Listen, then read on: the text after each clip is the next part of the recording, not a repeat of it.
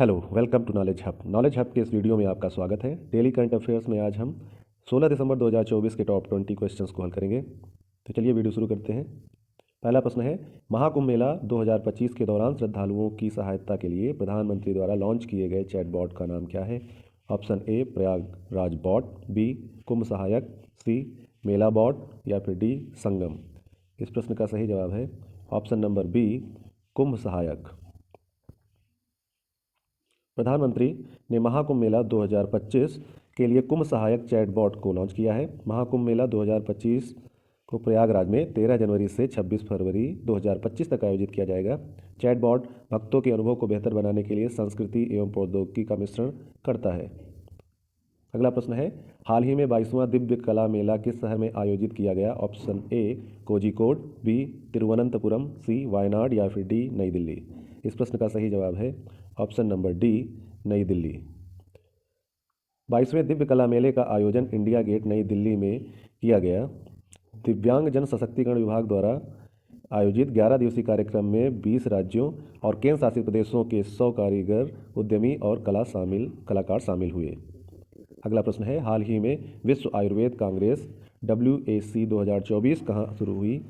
Option A Kozhikode, B Dehradun, C Wayanad या फिर D Alappuzha. इस प्रश्न का सही जवाब है ऑप्शन नंबर बी देहरादून। 10वें विश्व आयुर्वेद कांग्रेस WAC 2024 और आरोग्य एक्सपो का आज देहरादून में उद्घाटन किया गया।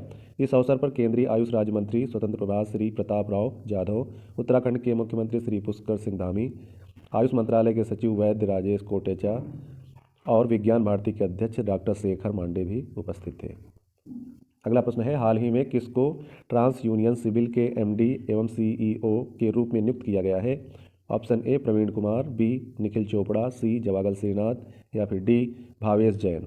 इस प्रश्न का सही जवाब है option number D Bhavesh Jain. Bharat की अग्रणी इंसाइट एवं information company TransUnion CIBIL ने आज श्री भावेश जैन को प्रबंध निदेशक और CEO के रूप में नियुक्त करने की घोषणा की है। अगला प्रश्न है, हाल ही में किसने नेपाल के सेना प्रमुख को मानद जनरल रैंक प्रदान की है?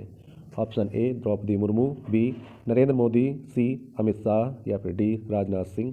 इस प्रश्न का सही जवाब है option number A Draupadi Murmu.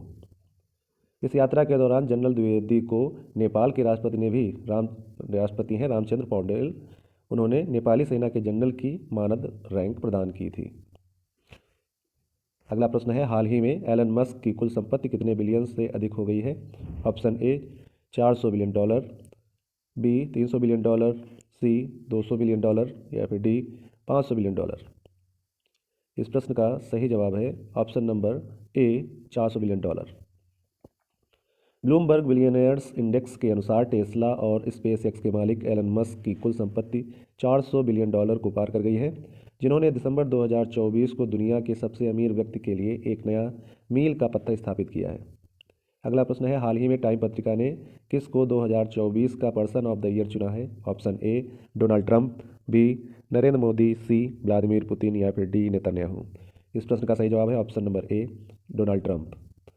अगला प्रश्न है, व्याख्या देख लेते हैं। डोनाल्ड ट्रंप को टाइम पत्रिका ने वर्ष 2024 का पर्सन ऑफ द ईयर चुना है, जो उनकी उल्लेखनीय राजनीतिक वापसी को दर्शाता है। यह मान्यता अमेरिकी राजनीति पर उनके प्रभाव को उजागर करती है, जिसमें स्विंग राज्यों को पलटना और मतदाताओं को उत्साहित करना शामिल है। विवाद के बावजूद वैश्विक विमर्श पर उनका प्रभाव महत्वपूर्ण बना हुआ है, जिससे एक बार फिर इतिहास में उनका स्थान सुरक्षित हो गया है। अगला प्रश्न है, हाल ही में रातापानी को भारत का कौन सा बाघ अभयारण्य घोषित किया गया है? ऑप्शन ए 55, बी 56, सी 57 या फिर डी 59। इस प्रश्न का सही जवाब है ऑप्शन नंबर सी 57।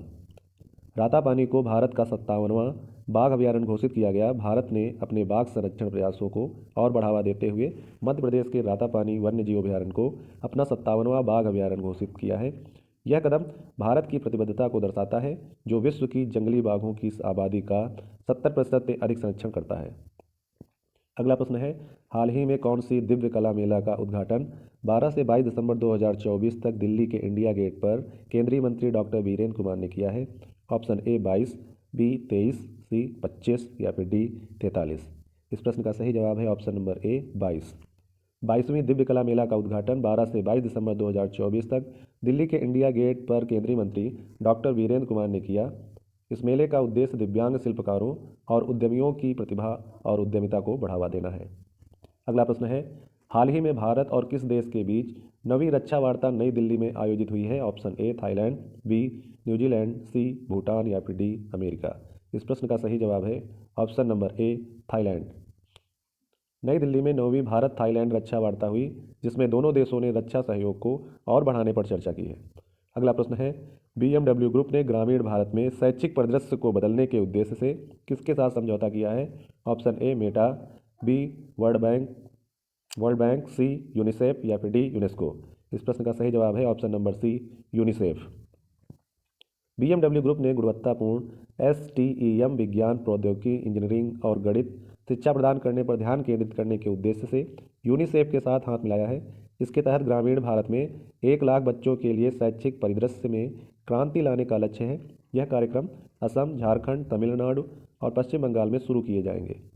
अगला प्रश्न है, PM मोदी ने यूपी के किस शहर में 5500 करोड़ की प्रमुख विकास परियोजनाओं का शुभारंभ किया है? Option A Varanasi, B Lucknow, C Ayodhya या फिर डी प्रयागराज। इस प्रश्न का सही जवाब है ऑप्शन नंबर डी प्रयागराज।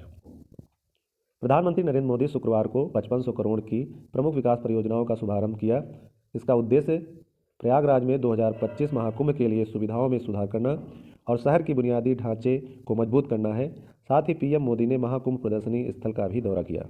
अगला प्रश्न है, हाल ही में चर्चा में रहा गुरुवायूर मंदिर किस राज्य में स्थित है? Option A Kerala, B Tamil Nadu, C Assam या फिर डी कर्नाटक। इस प्रश्न का सही जवाब है ऑप्शन नंबर ए केरल।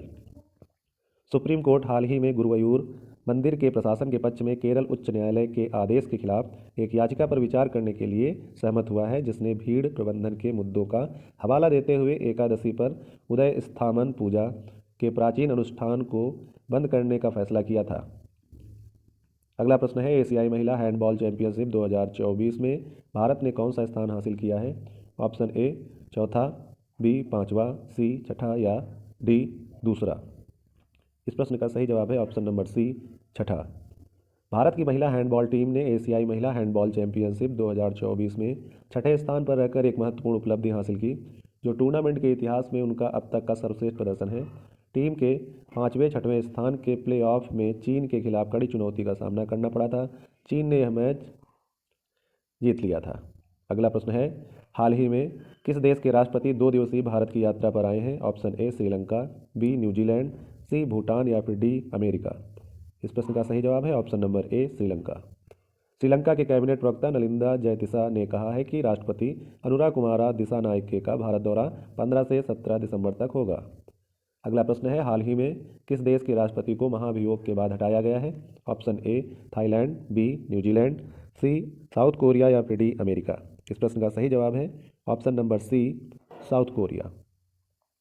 अगला व्याख्या देखते हैं। साउथ कोरिया में मार्शल लॉ लगाने और फिर फैसले से यू टर्न के बाद राष्ट्रपति को लोगों के गुस्से का सामना करना पड़ा था, जिसके कारण उनको त्यागपत्र देना पड़ा। अगला प्रश्न है, हाल ही में किसने मुख्य सचिवों के चौथे राष्ट्रीय सम्मेलन की अध्यक्षता की है? Option A Draupadi Murmu, B Narendra Modi, C Amit Shah या फिर डी राजनाथ सिंह। इस प्रश्न का सही जवाब है option number B Narendra Modi. प्रधानमंत्री नरेंद्र मोदी 14 और 15 दिसंबर को दिल्ली में मुख्य सचिवों के चौथे राष्ट्रीय सम्मेलन की अध्यक्षता करेंगे। अगला प्रश्न है, हाल ही में किस देश ने भारत का मोस्ट फेवर्ड नेशन का दर्जा खत्म कर दिया है? ऑप्शन ए पुर्तगाल, बी स्विट्जरलैंड, सी अर्जेंटीना या फिर डी जर्मनी। इस प्रश्न का सही जवाब है ऑप्शन नंबर बी स्विट्जरलैंड।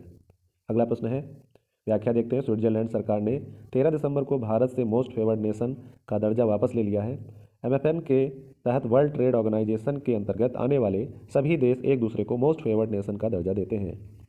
अगला प्रश्न है, हाल ही में एशिया का पहला जियो साइंस म्यूजियम किस देश में तैयार किया गया है? Option A Bharat, B Brazil, C Argentina या फिर डी जर्मनी।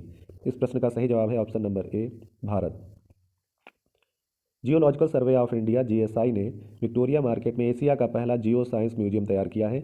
इस अनूठे म्यूजियम का उद्घाटन 15 दिसंबर को देश के उपराष्ट्रपति जगदीप धनखड़ करेंगे। कार्यक्रम सुबह 11:25 बजे महाराजा बाड़ा पर आयोजित होगा। उपराष्ट्रपति की अगवानी और विदाई की जिम्मेदारी मंत्री राकेश शुक्ला को सौंपी गई है। अगला प्रश्न है, हाल ही में 3 दिवसीय विश्व हिंदू आर्थिक मंच का उद्घाटन कहाँ किया गया है? Option A Varanasi, B Bhopal, C Dehradun या फिर डी दावोस।